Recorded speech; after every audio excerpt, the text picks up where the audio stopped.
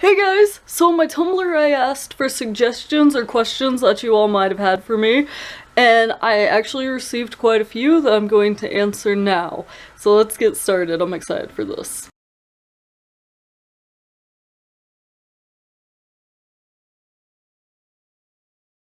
Art advice. So I don't consider myself an artiste. I don't draw very often, I don't create very often, so I don't consider it like my lifestyle that I am an artiste per se. But I do know that with practice and time and building up my skills, I have actually been able to create things that I'm very proud of that take an artistic skill. So the advice that I would give is continue practicing, but also try to figure out what it is you kind of seem to be better at. Are you a 2D art person? Do you think in 2D? Or are you a 3D art person and you're able to build things, create things? Are you able to work with clay or pencils or pens, paint, all sorts of stuff? What is it that seems to be like your niche? And kind of start working and building off of that, because I don't draw very well. I have trouble drawing. I've practiced, and I know that I could get really great if I would practice and had the right teaching tools, but I just don't. It's not necessarily my thing. It's nothing that I find too much satisfaction in personally. Like, I love watching other people draw. Like, I think it's amazing. It's a skill that I wish I could obtain. Simply not my niche. Whereas 3D art is a little more where I seem to fit in. I enjoy creating things and building things from the ground up. Take Squarewave for instance. I built this guy from the ground up just on the idea that I wanted to build something and wanted to create something, and my artistic ability got me here. Now, granted, KE did paint the nice little details on him, but as far as the building goes and stuff like that, I did all that. That seems to be where my niche is. I love 3D art and creating things. And this is something that I spent $50 on and just wanted to know if I could. And I'm very proud of him. He's actually very tall. He's about the size of a 5-year-old or so. But the thing is, I didn't start here. This is after years of practice and years of just learning what I can do to make 3D things. I used to build cubes out of paper, so that helped with this part, making a cube body. Find what makes you happy, what you like to build, and then work on that and progress from there. And remember that even if your first attempt doesn't look great, try it again, and you're going to see that you learned from that try. A success didn't start just as a success. It started with tons and tons and tons of failures. So make sure to remember that you are not failing if you can't even draw a stick figure. Just practice different stick figures every day. Stuff like that. And that's the only art advice I really have, because, again, I don't consider myself an artiste.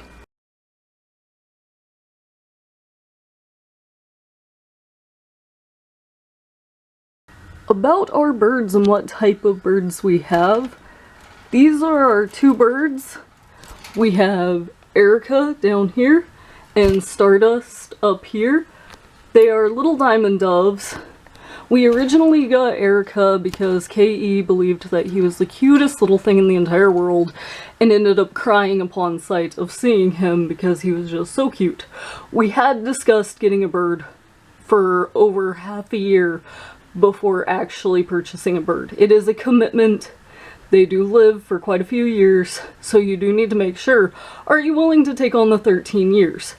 And then we got Stardust because these are companion birds, but the store that we originally got Erica from, they were out of other ones. Somebody had purchased his buddy and not him.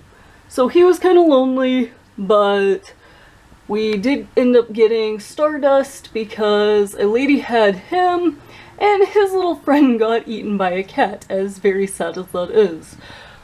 Whenever we first got them, they did not get along. They wouldn't even sit on the same branch together. But finally, after a few weeks, they have been buddy-buddied up. And now we've had them for a few months together, and they absolutely adore each other and preen each other often. Advice on birds, though, would be definitely research what you're getting before you get it. And make sure that you are aware of the life expectancy, what type of cage they'll need, what type of lifestyle they need to thrive, and the noise level. Because in the past, I lived with a cockatiel. And I loved him very much. He was so sweet, he was hand-tamed. I would get him out, he would sit on my shoulder. Great little buddy. He learned our house alarm. Now he'd been loud, like he'd been a kind of loud bird, and I was used to it. Like it was just kind of sweet, loud whistles and stuff. He wolf whistled often. It was very cute. When he learned the house alarm, not so cute. And that's what he would do very often. He still to this day does that very often. Make sure you understand what type of intelligence of a bird you're getting, what type of loud you're getting out of a bird, because with doves, they're super quiet. They make little cooey sounds. Very great, especially for an apartment like we live in. Very great apartment birds, super quiet. Really, really research what you're getting and if it is the actual right pet for you.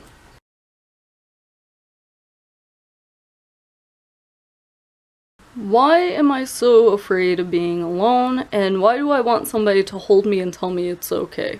The thing to acknowledge is, yes, I am human and I need affection and I need attention. That is okay to admit. Now, there are healthy manners of seeking that out, and there are very unhealthy manners of seeking that out.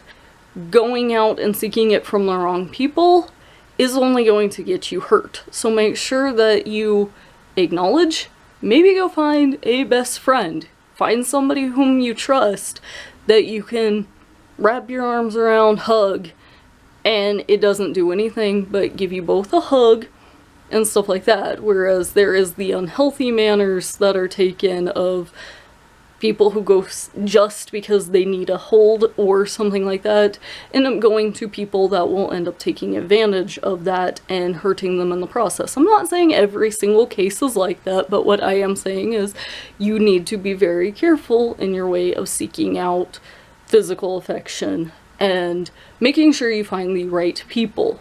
If you have a father or a mother or a guardian whom could potentially just go up and hug them. A lot of parents actually do like to be reminded that you love them and stuff like that. I know every single human being's situation is different, but no matter how old you get, if you have somebody who loves you and you know that they love you, go up and hug them. Go up and just give them a big ol' hug. If you're needing somebody to tell you that it's okay and that you're on the right track, I want you to go back to like past posts that you have made or any old diaries that you might have and remind yourself that you did make it past a horrible situation. You actually have overcome a lot. Even if you still feel like you're in a kind of crappy situation, you at least have made it to this point and you are still strong. Even if you feel weak, you at least made it. And you are stronger. You've gained strength and knowledge. And also, always remember that yes, I have overcome things. I am okay. I'm going to be okay. I can continue going. And if you do need somebody else to reaffirm that with you, find somebody whom you can actually confide in. Find a best friend. Just somebody who enjoys talking to you. I know it's not easy to find a friend sometime, but there are individuals in your life who will be willing to say, yeah, let me hear you out, and I think you're doing great. Or they may say, hey, you know, how about you're not too okay right now, but how about we try it in this direction? Or be that for yourself. Sometimes the best lessons that I have learned is because I sat back and said, you know, no, I'm not okay. A lot of people are saying I'm doing great over here, but I'm actually not okay. What can I do to improve myself? What can I do to improve the situation? And sometimes that takes some blunt honesty with yourself that you would prefer not to have to say, but it actually has helped me a ton to write it down. And basically, like, I'm talking to a third party, when in reality I'm talking to myself. But if I'm willing to give my friend that type of advice, then I should probably take that advice. So write down your feelings, write down your thoughts on situations, but remember that you did make it to today.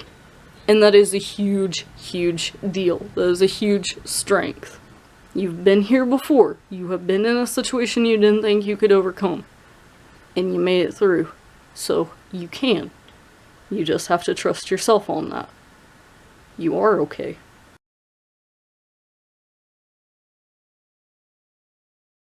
What do I collect? Well, pictures, mostly.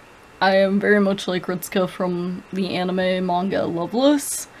I take too many pictures, and I love saving pictures and looking back on pictures every day. So definitely I'm a big collector in pictures, just from my day-to-day life.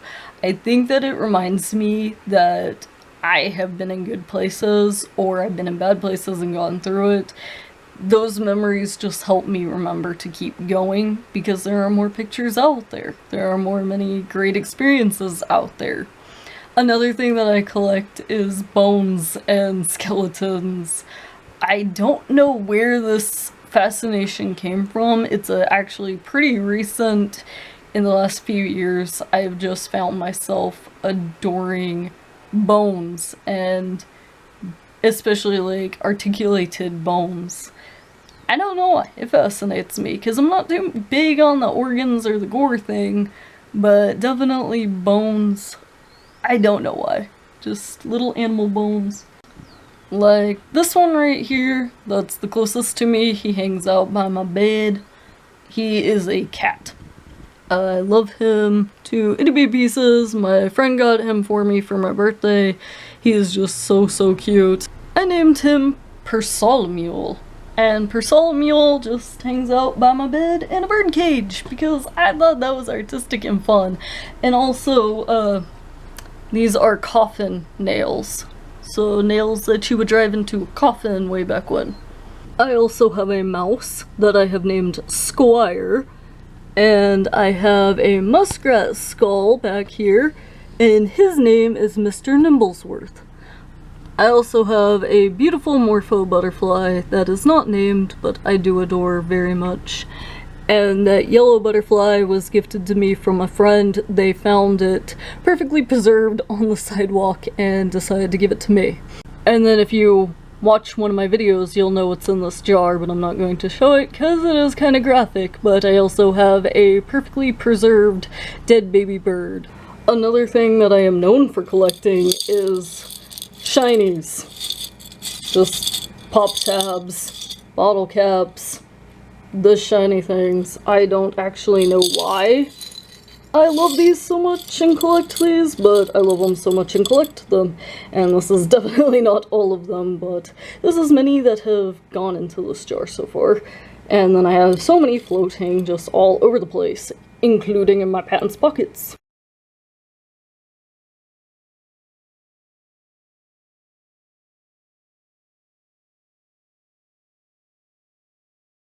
I know every situation is different, and I do not specifically know you.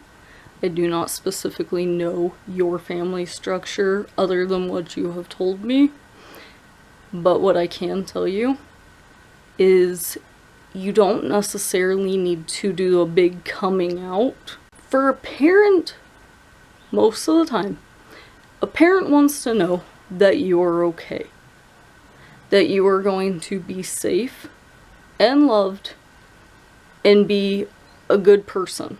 Like the great person that Mr. Rogers always thought you could be and likes you just the way you are. A parent wants that for you. They do love you. And obviously, if you feel like she won't kick you out, that is a relief.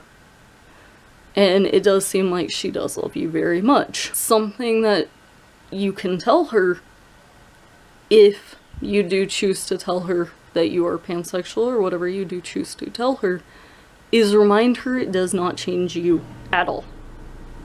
This is something that is you. It's not something that you're acting upon. It's not something that you're making up. It is you. Your sexuality and what you are attracted to is ingrained in you. So it does not change you as the person she knows. It does not. You're still going to be you day in and day out. And if she loves you, then she loves that person day in and day out. So I do not feel like you necessarily need a huge coming out party or anything like that. What needs to happen is just take it slow. Honestly, just take it slow. And I know you said that you've been dropping hints and that she shuts down. Well, she's not blind to it. If she's acknowledging it and then shutting down, it means she's processing it. And I know that can be absolutely terrifying, because you might feel, oh, she's shutting down and actually is thinking she doesn't love me. I don't know her. I don't know her brain. But I personally don't think that would be the case of a mother. But take it slow. And maybe just casually mention some things about, like, whom you're attracted to. If your mother is comfortable enough to tell you, like, ooh, I think this actor or such and such is good looking, we'll take that opportunity to be like, yes, that actor is very attractive. I also enjoy so-and-so actor, actress. And kind of let that graze into maybe even a conversation. Or if it doesn't graze into a conversation, at least you got something out there.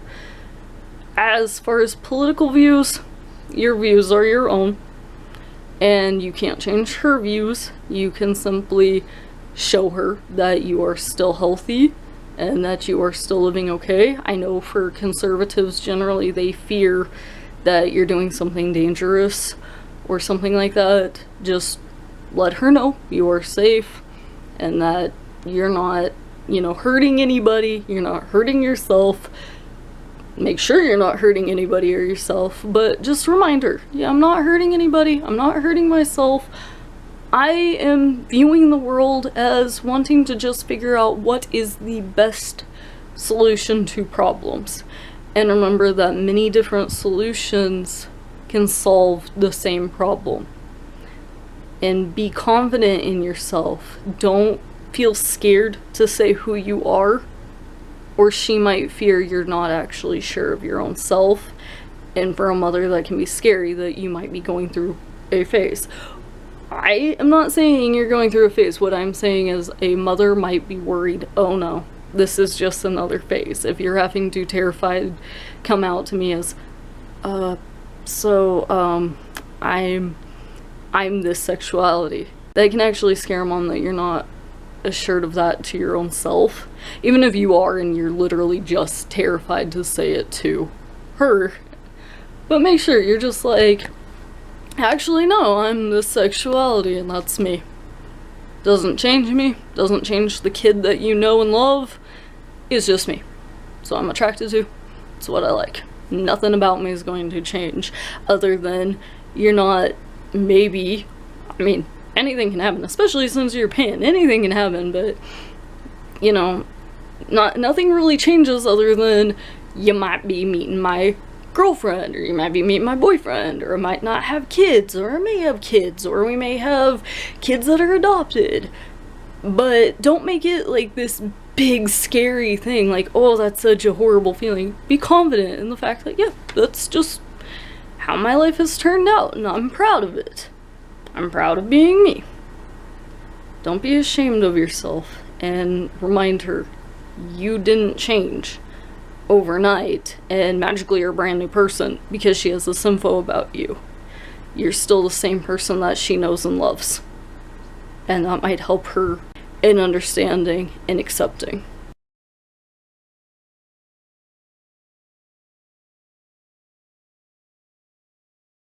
paths and following your passion.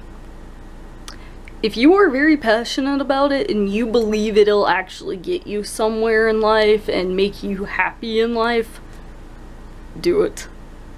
Go for it. So long as you are not harming yourself or others, you're already golden. Follow the passion and the dream that you have. Tons of amazing people whom succeeded in life, like we're told they did a great thing and they're remembered and they're remarked upon all the time, started with so many people telling them, you can't do that. That's impossible. That's nothing you can do. Follow your heart. If you are driven to do something, you can do it. It will be the most difficult thing in your life. It may be so easy to be passionate about it and love it, but it's gonna be the hardest thing in the world for you to do, but you're going to love every single minute of seeing a success. You're going to cry the hardest out of failure. You will be the one sobbing your eyes out, mad as can be over a failure, but take that failure and remember that you can succeed, and every big success story is built upon thousands of failures. So definitely follow your dream, follow your path, whatever your heart is dragging you onto and saying, come along, this is what I want for you, do it. Even if so many people are telling you this is really dumb and you're wasting your time. Maybe don't just like immediately go, well, I'm doing nothing else but trying to follow my dream, because you might not have money and you might be hungry in the time of the failures, but don't let that stop you. Make sure you take care of yourself in the time that you haven't succeeded yet, but always remember that you can succeed. You just have to work on it. You have to work for it, and you're gonna be told over and over and over, give up. The best thing to do though with that dream and that passion, don't give up.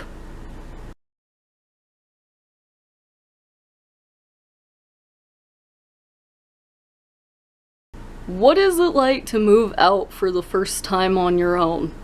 Whew, that's a really good question.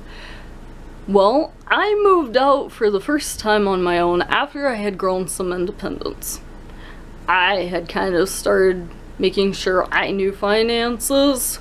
That's a biggie. Know finances, know your finances, learn how to budget, learn how to collect and save your money. That was something that really helped me. Then as far as the actual moving out thing, remember, you are a strong, independent person, but there is absolutely no shame in the entire world of asking for help.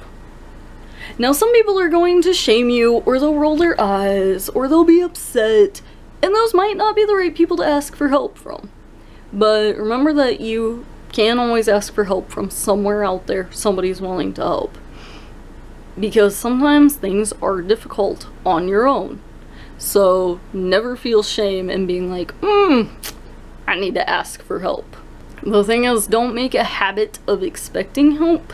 Try to learn from each situation and grow to be able to learn how to actually help yourself. That was a big major one that I learned, is just learning how to help myself. As far as needing to buy things, not necessarily. Make sure all your basic needs are taken care of. That should be a given. Make sure you have your food and your water, and make sure that you have a roof over your head and you have clothing and a bed. I know a bed is not considered a basic need. Somewhere to lay your head at night that is comfortable and you can actually sleep in and get your basic need of actually needing to sleep. Have a bed, shoes, clothes, water, and food. Take care of yourself in those situations. Always make sure that that roof is going to stay over your head, so rent comes first. That little thing that you saw at the store that cost 25 bucks that you don't necessarily need, but you sure need and want, it can wait. Rent comes first. You need that roof over your head, because you can't have that need item with you without a roof over your head, or you and it are both gonna be on the street, and that's gonna be kind of really downer. But moving out on your own, don't rush it if you don't have to. I know that sounds really awful. When I was 16, I really wanted to move out. I was like, I will move out at 16. And then I get to be 18 and I was like, I will move out when I am 18. Honestly, if you don't have to, like if there is not a kicking out situation or anything like that, try to stay put as long as you can until you are financially secure. Have a job. Try to have a job before you move out. That is just something that you will thank yourself for. Have a job, make sure you're secure financially and able to handle a few months on your own in case something comes up. Now that you are a new on your own independent person, make sure you have about a month's worth of money on you before moving out. If you can't, just at least some money. Like, don't be broke the second you walk out that door. I know every single person's way of life and stuff is different, so you may have parents who are like, we'll keep you till 30, or you have parents who are like, we're kicking you out at 18, buddy boy. Whatever your situation, try to just build yourself to be prepared to be an independent adult. Don't just sit and think everybody will take care of me. Even if people will take care of you and are taking care of you, I do not feel that is necessarily the best place to sit and think the world will take care of me, because one day somebody might not be taking care of you, and are you going to be able to handle that? Even in dating, I try to make sure that yes, we're taking care of each other, but one day we might not be around. Like, what if we get in a car accident and something happens? I want to make sure that you are able to live on without me and my support of you. I want to build you to be the biggest, strongest person that you can possibly be. Even if I'm going to be around the whole rest of your life and taking care of you and stuff like that, but I want to make sure that in case, the big in case, you will be okay and that you will be able to thrive. And I think you need to do that for yourself and say, I want to make sure that I know if something horrible happens tomorrow and I'm completely on my own, do I have enough life skill to actually survive that? Do I have enough willpower and self-love to get through that? That is a big thing, especially when you move out on your own. You're going to find you're on your own, and that can be a very lonely feeling. It's not the glorious, yay, I moved out and I am a big independent person. It's like that at first, trust me. But then you start getting to that, oh, I'm kind of alone in this world. Start growing to like yourself already. Start getting to know you and figure out how you can spoil yourself even for free. What do you like doing for free that gives you so much joy? And spend time with yourself and like yourself in that respect. Date yourself, pretty much. That way, whenever you're on your own, it's not a drag being on your own. It's actually exciting and freeing and a nice experience. But as far as needing to buy anything, basic needs, and don't be too quick to grow up. If you're a teenager, try to just find yourself, find your center, and you as a human being, find your identity. But don't be too quick to grow up if you don't have to. There are so many people who have to grow up too quick. Treasure the moments that you have of being able to relax and not have to worry where your next meal is going to come from. If you are in that situation and you're having to worry where your next meal is going to come from, remember, there is help out there. Please don't be scared to ask for help. There is no shame in asking for help, and if somebody's going to tell you there is shame, don't go to them. Go to somebody else. There are plenty of people who are actually willing to help. But moving out, there are many downs, but there are many ups. But the downs are a big thing of, will you have the roof over your head? So make sure that you are educated enough in finances and self-maintenance and care. thank you all so much for watching. I know I answered quite a few here today, and I appreciate every single one of you. If you would like more videos like this, leave comments down below on questions or advice you might need, and I will answer as many as I possibly can. Thank you.